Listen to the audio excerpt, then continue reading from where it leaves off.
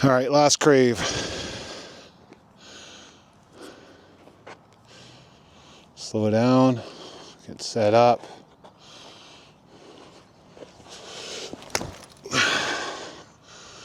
It's just high, but it's okay.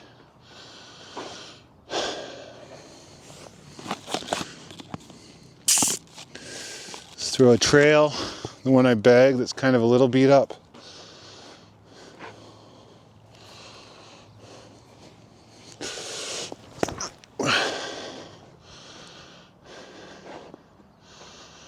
It's too low.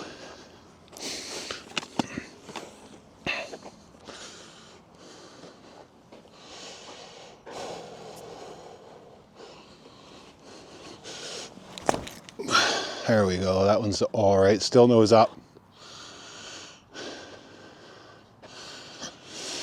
I throw more craves than trails. I find the trail only goes about 20 feet further, if at all, than the crave.